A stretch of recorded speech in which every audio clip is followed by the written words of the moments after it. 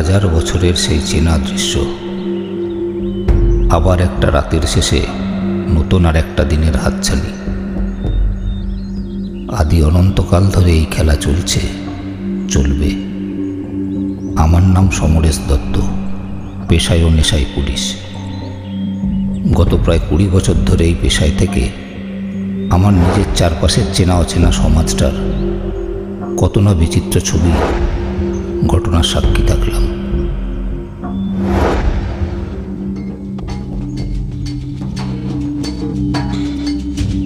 ক্রিমিনালদের আমি ঘেন্না করি। আমার বিচারে অপরাধী অপরাধ করে, কিন্তু সেই অপরাধের বীজ রাখা থাকে এই সমাজেরই মধ্যে।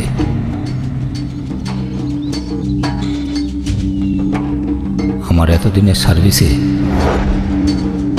কত অপরাধের মুখোমুখি হয়েছি।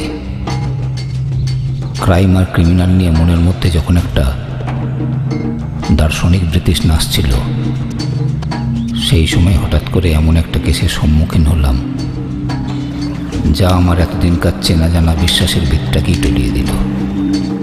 সমরেশ দত্ত অপরাধীকে ঘেন্না করে, কিন্তু সব অপরাধ কি ক্রিমিনালের জন্ম দেয়?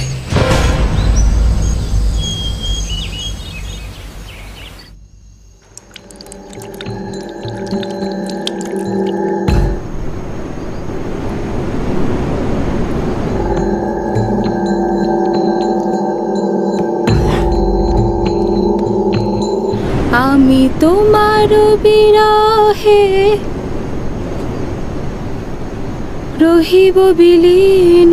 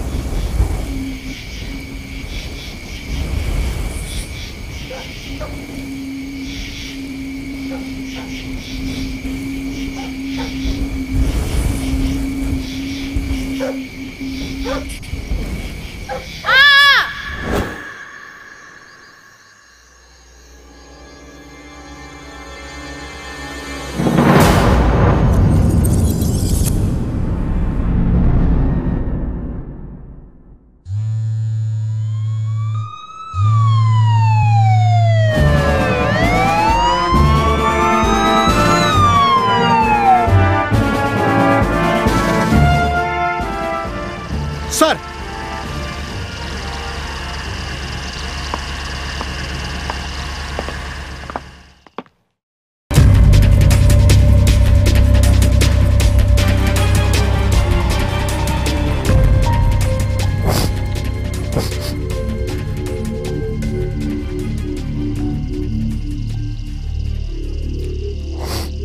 রিক মুখার্জি?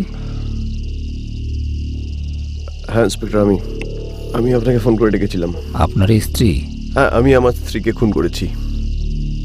আপনি বিশ্বাস করতে পারেন, আমি সত্যি বলছি, বডিটা ওখানে সিঁড়িগোড়ায় পড়ে আছে।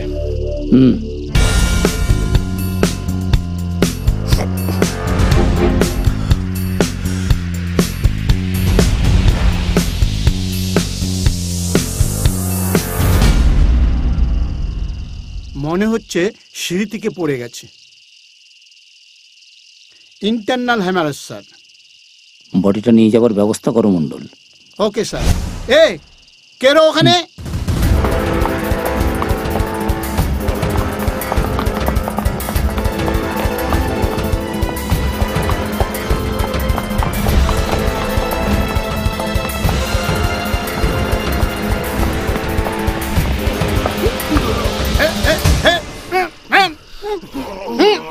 চল। আমি কোথাও পালাচ্ছিলাম না। তাহলে চল চল চল চল।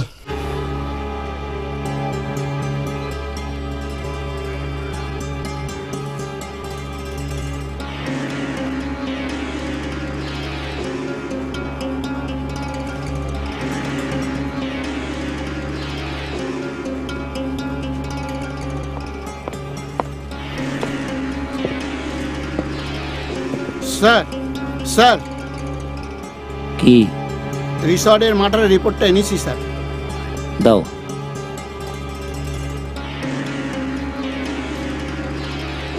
বসো।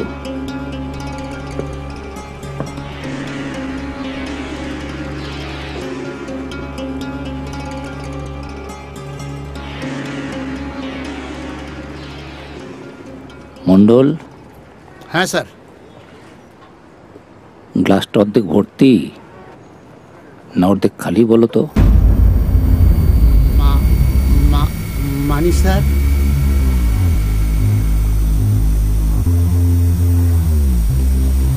কাল সকালে রিসর্টে যাব, রেডি থেকো। Okay sir.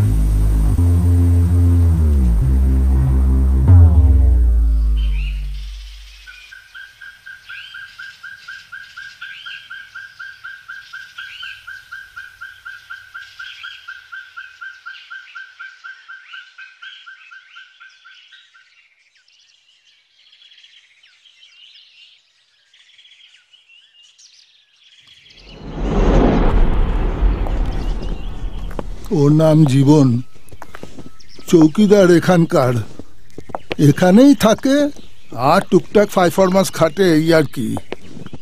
আর আপনি? আমি কেয়ারটেকার। আপনার কি মনে হয় জীবন পালাচ্ছিল কেন?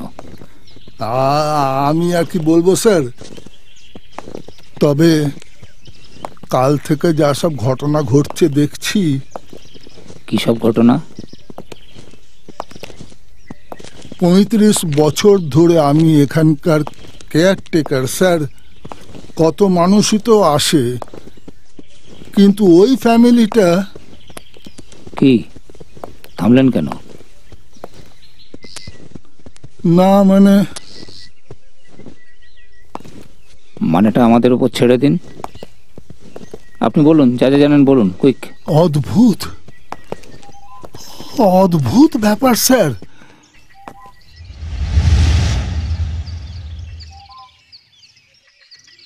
আমি কিছু জানি না, বিশ্বাস করুন, সত্যি বলছি, মায়েরই বলছি, আমি কিছু জানি না।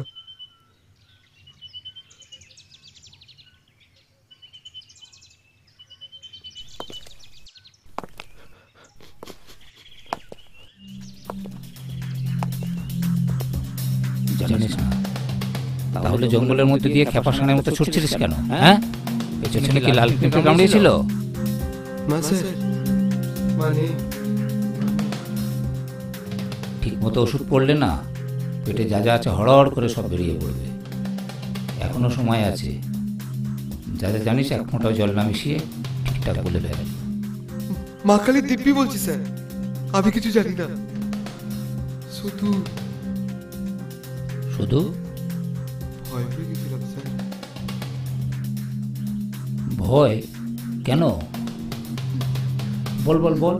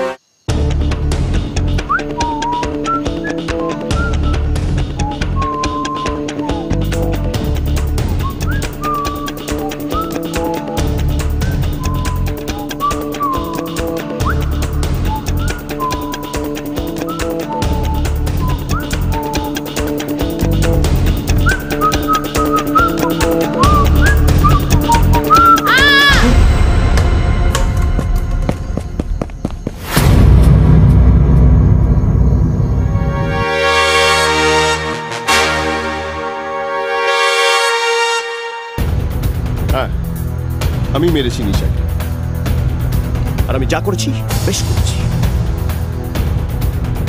কিন্তু কেন? তো একটা নোংরা মেয়ের এই পৃথিবীতে বেঁচে থাকার কোনো অধিকারই নেই। আরে মশাই, আপনি এতটা নিশ্চিত হচ্ছেন কি করে বলুন তো? আপনার তো কোনো মিস্টেকও হতে পারে, ভুল তো মানুষ মাত্রই হয়, তাই নয় কি? না, ভুল আমার হয়নি, আর আপনাকে আপনাকে কৈফিয়ত দেওয়ার কোনো দায়বদ্ধতাও আমার নেই। আমি যা করেছি তার জন্য বিন্দু মাত্র অনুতপ্ত নই। তবু শুধুমাত্র আপনার কৌতূহল মেটাতে এই চিঠিগুলো আপনি পড়ে দেখতে পারেন। আপনার স্ত্রীর? এক নোংরা মহিলার পরকীয়া লাম্পট্যের অশ্লীল কুরুচিকর ধারা বিবরণী। আরে মশাই, শুধুমাত্র কয়েকটা চিঠির উপর বেশ করে আপনি এত বড় একটা সিদ্ধান্ত নিয়ে ফেললেন। কাজটা কি ঠিক বিবেচকের মতো হলো? না, শুধু চিঠি নয়। বলুন, শুনে কি গল্প? সেই দিনটা ছিল বৃহস্পতিবার। সকালবেলা থেকেই আমরা এখানে পৌঁছে গেছিলাম। বিকাশ, দিয়া, পিঙ্কিও এসেছিল। পরের দিন ছিল আমাদের বিবাহ বার্ষিকী। ওই দিনটাকে একটু অন্যরকম ভাবে কাটানোর ইচ্ছা ছিল, কিন্তু হঠাৎ নিপন্থিস, বাটারওয়াট, ডান্ডারওয়াট, সানডিউ, অ্যারাজিয়া এক ধরনের মাংসাশী উদ্ভিদ। মানে এক ধরনের অর্কিড, 7-8 রকমের প্রজাতি। পৃথিবীতে যারা কীটপতঙ্গ, পোকামাকড় অবলীলায় খেয়ে ফেলতে পারে। এমনকি সত্যজিৎ রায় এক ধরনের মানুষ খেগো গাছের নামও লিখেছেন, সেপ্টোপাস। পিঙ্কি, অতিরিক্ত বই পড়তে পড়তে না তোর মাথাটা একদম গেছে। তা না হলে এরকম সুন্দর একটা জায়গায় এসে আর কিছু মনে না পড়ে তোর ওই মানুষ খেগো গাছের কথা মনে এলো। আরে না না, আমি জানি সত্যিই এই গাছ আছে। তুমি থামো তো, সবেতেই মেয়ের পেছনে গো ধরে আছো। আয় নিশা, তুই আবার চুপ করে গেলি কেন? কই না তো। এই ভালো কথা। রিক কোথায়? ওই পাহাড়ের ওদিকটা একটু গেছে একটা ল্যান্ডস্কেপ করতে। আমাদের তো কিছু বলে গেল না। হ্যাঁ তাই তো। আমি একটু আসছি। তুই আবার কোথায় যাচ্ছিস? আমি যাব মাসিমণি। না, তোমরা বসো, আমি আসছি। এই সাবধান কিন্তু। কেন? সুন্দরী তন্নি বলে কথা। জঙ্গলের মাঝে বাঘ, ভাল্লুক কে যে কখন ঝাঁপিয়ে পড়বে কে জানে।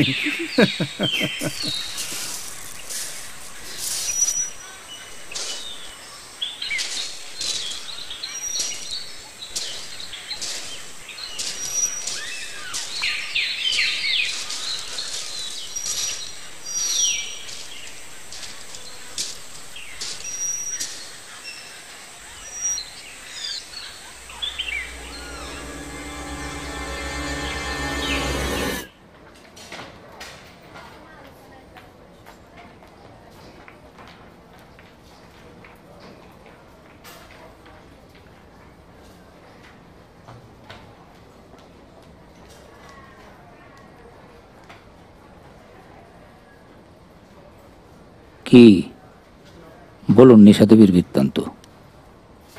না, নিশা দেবী অন্য পুরুষের সাথে হতে পারে না স্যার। কলিকালে সব সম্ভব মশাই। কথাগুলো তার অন্য কেউ বলেননি। ওনার ওয়ান অ্যান্ড অনলি হাজব্যান্ড স্বামীরত্নটিই বলেছেন।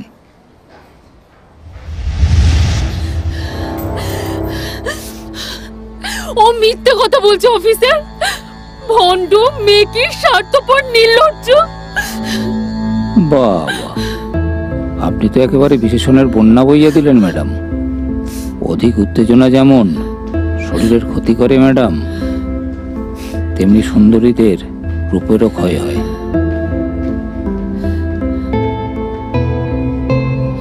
আপনি বিশ্বাস করুন অফিসার, নিজের বোন বলে বলছি না, নিশার মতো মেয়ে হয় না।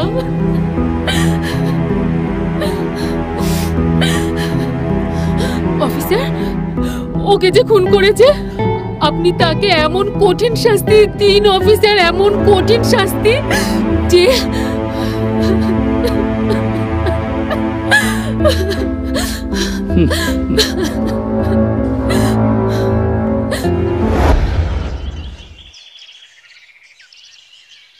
কিছু পেলেন স্যার?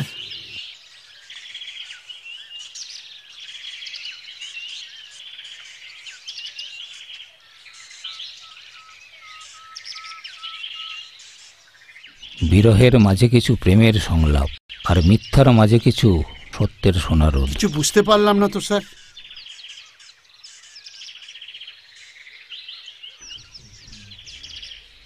বিশ্বাসে মিলায় বস্তু, আর তর্কে মাউসে তুম।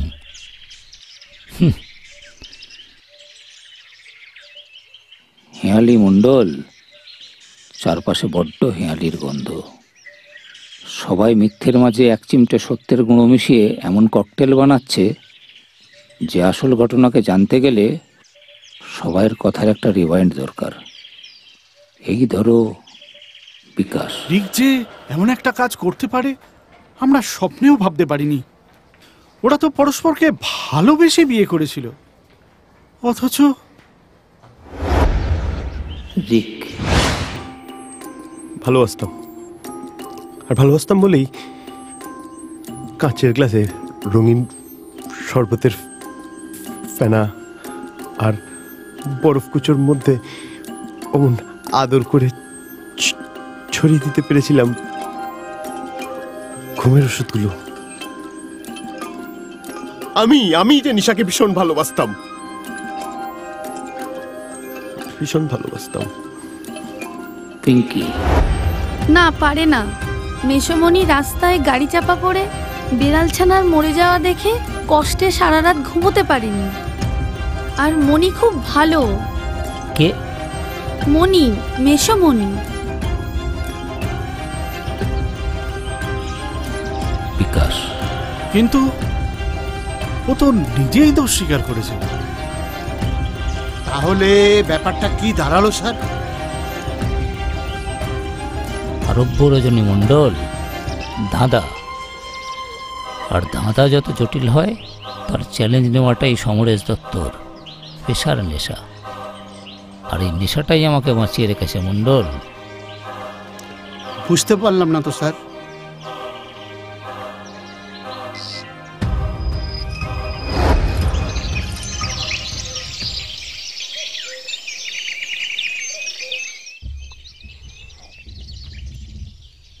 রিক, এই রিক, রিক,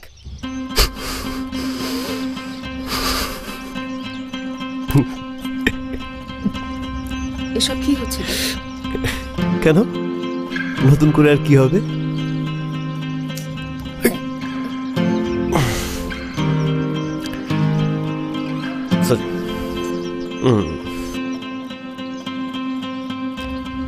সরি বাবা। তুমি কিন্তু এখনো আমার বিশ্বাস হচ্ছে না যে নিশা আর নেই। সেই ছোটবেলা থেকে আমরা একসঙ্গে। মা বাবা মারা যাওয়ার পর আমি ওর গার্জেন। ও সব দুঃখ কষ্ট যন্ত্রণা আমাকে বলতো। আর আপনার কি কখনো কোনো ঘটনায় সন্দেহ হয়েছিল, মনে হয়েছিল এমনটা হতে পারে? না, কিন্তু এমন তো কোনো ঘটনা ঘটেনি। আপনিও তো সেদিন পিকনিকে ছিলেন। কি হয়েছিল সেদিন সেখানে? সেদিন আমরা সবাই খুব খুব হ্যাপি ছিলাম। রিক ছবি আঁকছিল একটু দূরে কোথাও গিয়ে।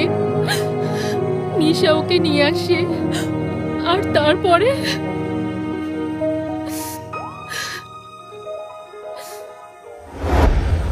এতক্ষণ হয়ে গেল, নিশা কোথায় গেল বলো তো? তুমি শুধু শুধু টেনশন করছো। ওটা তো তোমার বেসিক ক্যারেক্টারিস্টিক্স। ওই তো ওরা এসে গেছে। কি রে, তোদের কি কোনো কাণ্ডজ্ঞান নেই? সে কখন গেলি বলতো? বললি 1 মিনিট। যাক বাবা, সবাই যখন এসে গেছে আর কোনো টেনশন নেই। চলো এবারে সবাই মিলে খাবার ব্যবস্থা করো তো। মনি, তোমার ল্যান্ডস্কেপটা কমপ্লিট হলো? কোথায় আর হলো? কেন? সেটা তোর মাসিমণিকেই জিজ্ঞেস কর। ঠিক আছে, তুমি বরং একটা কাজ করো, তুমি আমার একটা পোর্ট্রেট করো। তোর? হ্যাঁ। ঠিক আছে। প্রমিস? প্রমিস। ওকে।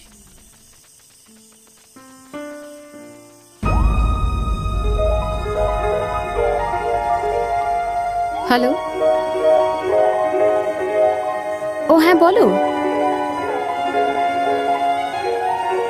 কি রে, কোথায় এক যাচ্ছিস? মিনিট আসছি। হ্যাঁ হ্যাঁ বলো। না না, আসলে আমি একটু, হ্যাঁ হ্যাঁ বলেছিলাম না সেই জন্য। হ্যাঁ হ্যাঁ হ্যাঁ বেরিয়েছিলাম ওখান থেকে। কয়েক লক্ষ হাজার বছরের মহাজাগতিক বিস্ময় এই পৃথিবী, আর সেই বিরল বিস্ময়ের সৃষ্টি আমরা মানুষ।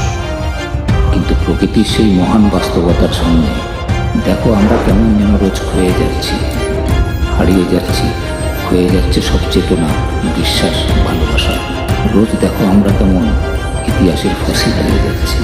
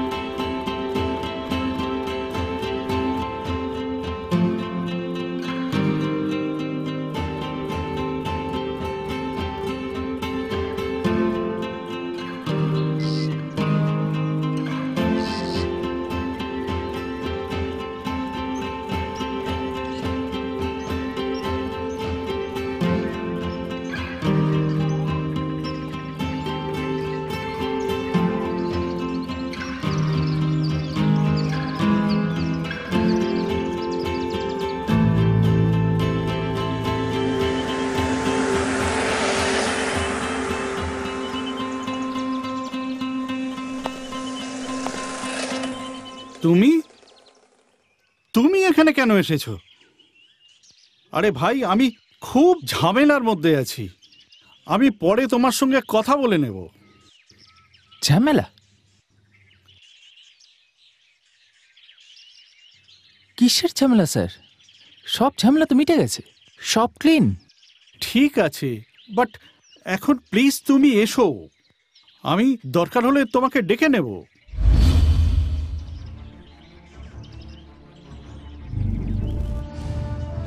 ওকে, কিন্তু আমার পাওনাটা? আরে ইয়ার, পাঠিয়ে দেব, আমি তোমাকে পাঠিয়ে দেব বললাম তো। ওকে ঠিক আছে, দরকার পড়লে আবার ডাকবেন স্যার। যাই তাহলে। শিওর। Thanks, bye. দেখা হচ্ছে।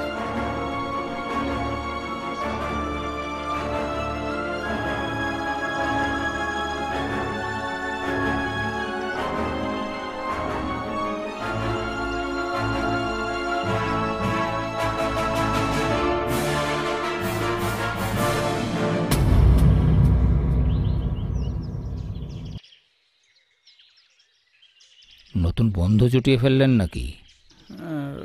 হ্যাঁ হ্যাঁ, মানে না, উনি আমার বিজনেসের কাজে এসেছিলেন। ওর নাম ইন্দ্রজিৎ। আপনি তো সেদিন পিকনিকে ছিলেন, কি হয়েছিল তারপর? আমি একা বলবো কেন, ঘটনার সাক্ষী তো সবাই, সবাই সেদিন ছিল, দিয়া, দত্ত কাকা, সবাই সেদিন ছিল। কি হয়েছিল তারপর? কি আর হবে, অকারণ সন্দেহ থেকে যা হয় তাই। অকারণ কেন? অকারণ সন্দেহ করাটা রিকের একটা স্বভাব, বলতে পারেন এটা প্রায় রোগের পর্যায়ে পৌঁছে গেছে। কেউ কোনো কথা বললেই কি, কোথায়, কেন, হাজারটা প্রশ্ন। আর সেদিন বিকেলবেলায় নিশার সঙ্গে কি ব্যবহারটাই না করেছিল ও।